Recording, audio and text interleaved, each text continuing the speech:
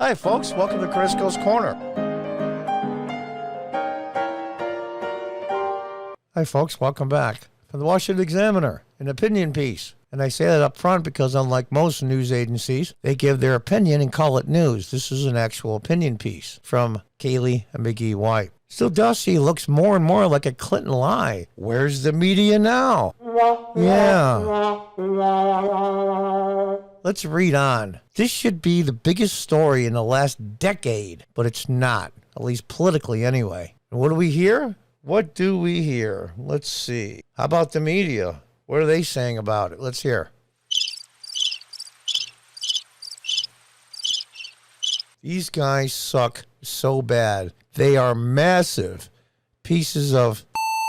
Really, they are. Before I get too worked up here, let's read the rest. That the premise of the Russiagate investigation was hashed and pushed by Clinton cronies. No wonder the media have gone silent. Special counsel John Durham charged Demchenko last week with 5 counts of making false statements to the FBI about the information he provided. When you go to take the oath, the truth, the whole truth, and nothing but the truth. So it's the lie of omission. False statements to the FBI about the information he provided to Steele, which became part of the Steele dossier. Durham alleges Demchenko passed along a false dossier claim that he received from Charles Dolan, an ally of the Clintons, to Steele. When the FBI asked Demchenko about his source in 2017, Demchenko allegedly lied about the role Dolan played in supplying at least the basis of certain claims. Biggest scandal was when they spied on my campaign. They spied on my campaign. There's no real evidence of that. Of course there is. No. It's all over the place. Leslie, Sir, they spied on my campaign and they got caught. Can I say something? You know, this is 60 Minutes, and we can't put on things we can't verify. You won't put it on because it's bad for Biden. We can't put on things we can't verify. Leslie, they spied on my campaign. Well, we can't verify It's been totally that. verified. No. It's been, just go down and get the papers. They spied on my campaign, they got caught. No. And then they went much further than that, and they got caught. And you will see that, Leslie, and you know that, but you just don't want to put it on the air. As a matter of fact, I don't know that. Okay. Here's the long and the short of it. Clinton aides, the Clinton campaign people were working on behalf of the Clinton campaign. Phrase it any way you want to. I'll even say at this point Hillary Clinton didn't know. Come up with this cockamamie pile of bull and then put it all together, all knowing it was false. Did it for money. The one lawyer billed the Clinton campaign, God knows how much money, not that I care, and say he didn't have a client. And then they give all this just ginned up stuff, put it in a little report, and somehow it gets to the FBI. And the FBI says, oh, gosh, this is huge. We have a presidential candidate that's in cahoots with Russia, one of the geopolitical enemies of the United States.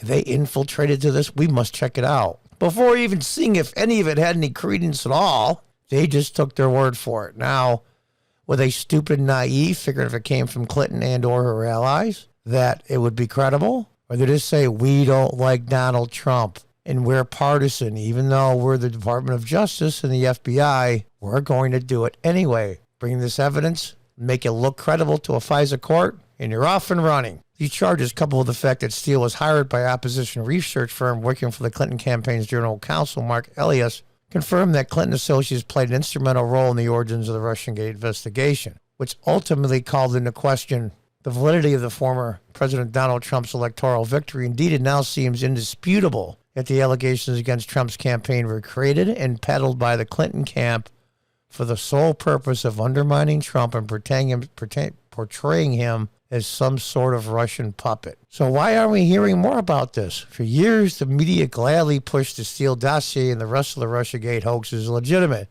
Don't you remember? Pencil neck, Schiff, Congressman Schiff, holding up an envelope. I have indisputable proof right in my hand that Donald Trump and his campaign were colluding with the Russians to fix the election. Remember that? Then I saw him just a few weeks ago being interviewed, and he says, well, we didn't have any idea. All of that was just trumped up, pardon the pun. Was just trumped up, and it wasn't true. We had to assume, since it went through the proper channels, the FBI and the FISA court, that it must have been credible. It's a gigantic circle blank. They put out a bunch of fake information, sent it to a prominent attorney who sees it accidentally, not working for the Clinton campaign, he says, and billed him for it. sends it to people he knows in the FBI who give it credence. They start an investigation. You know what? Everybody knows that Clinton wasn't in bed with the Russians. But what the Clinton campaign wanted was the FBI interested in them. That way they can leak it out to the press and say, and be truthful, and say the FBI is investigating the Trump campaign for Russia collusion. And that's all they wanted. And it went way too far. The media seemed totally disinterested in correcting the record's MSNBC's Rachel Maddow was yet to admit she was wrong to push Steele's deep cover sources as credible. My God, my God. CNN's Alison Camerata has not apologized for claiming the intelligence community collaborated all the details of the dossier. Neither of CNN's Don Lemon, John Voss, and you get the rest of it. All of whom went on to air assert baselessly that Steele's reporting had been verified, and it wasn't. Perhaps the media didn't want to admit they were in party to a corrupt political hit job, or more likely, maybe they just don't care. Until we see some retractions, I'm inclined to believe the latter. Sure, they cared. Two things were involved. One, it would bring ratings up, just like that undercover video for Project VERITAS. Can't say it because the algorithm will pick it up. That said, the number of dead from COVID we put on the screen constantly because death sells. It'd bring up the ratings, and they were going through the roof because of Trump. Trump saved a lot of those networks inadvertently. And on top of that, it was going after somebody they hated and helping somebody they liked. Why wouldn't they do it? Well, if you had some integrity, you wouldn't. And there it goes. They give their own false information and lies credibility through a government agency, i.e. the FBI and the Department of Justice. That makes it look credible. And then they get a FISA warrant to spy on a presidential candidate, and then spy on the president of the United States. If the Republicans had done this to Barack Obama, I'd be just as pissed. It's unbelievable to me. It's unbelievable to me. Biggest scandal was when they spied on my campaign. They spied on my campaign. There's no real evidence of that. Of course there is. No. It's all over the place. Leslie, Sir, they spied on my campaign and they got caught. Can I say something? You know, this is 60 Minutes, and we can't put on things we can't verify. You won't put it on because it's bad for Biden. We can't put on things we can't verify. Leslie, they spied on my campaign. Well, we can't verify It's been totally verified. No. I know politics is a dirty game. I've done it here locally in upstate New York for years. I used to be a local elected official in the early 2000s. I know. It's at a much smaller level, of course, but the pieces of crap that call themselves political operatives in this area are just as bad as in Washington. It's just in Washington they have more power. I get it. Went through it for years. I understand. They can ruin your name and just destroy your business. I get it. They did that to me.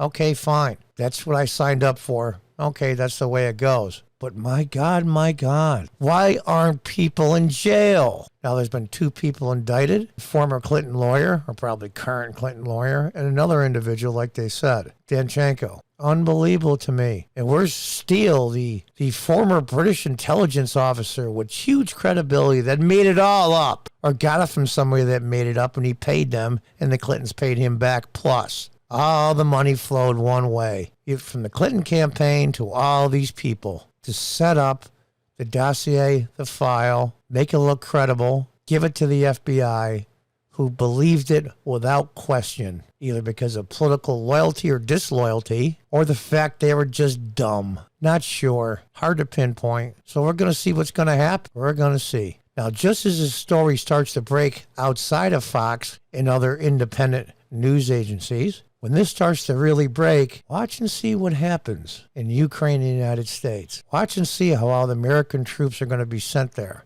And something's going to happen. Unbelievable. It's incredible. No one's going to go to jail. Or at least I hope they do, but I'm not so sure. At least Leslie Stahl, when she did her interview with 60 Minutes with Donald Trump when he's running for re-election, owes the president an apology, telling me it was not true.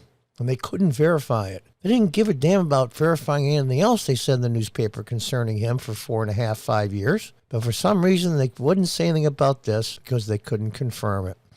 I wonder why. I hope Trump just chews on this like a dog with a bone and makes them face it. Now, the Clinton campaign Clinton money machine will just throw some people under the bus, but at least during the trial, we have discovery. I mean, God knows what else Durham's going to come up with. He's going awful slow. I'm hoping and I'm praying that's because he's being extremely thorough. We'll see. As they say, stay tuned. Until next time, goodbye and good luck.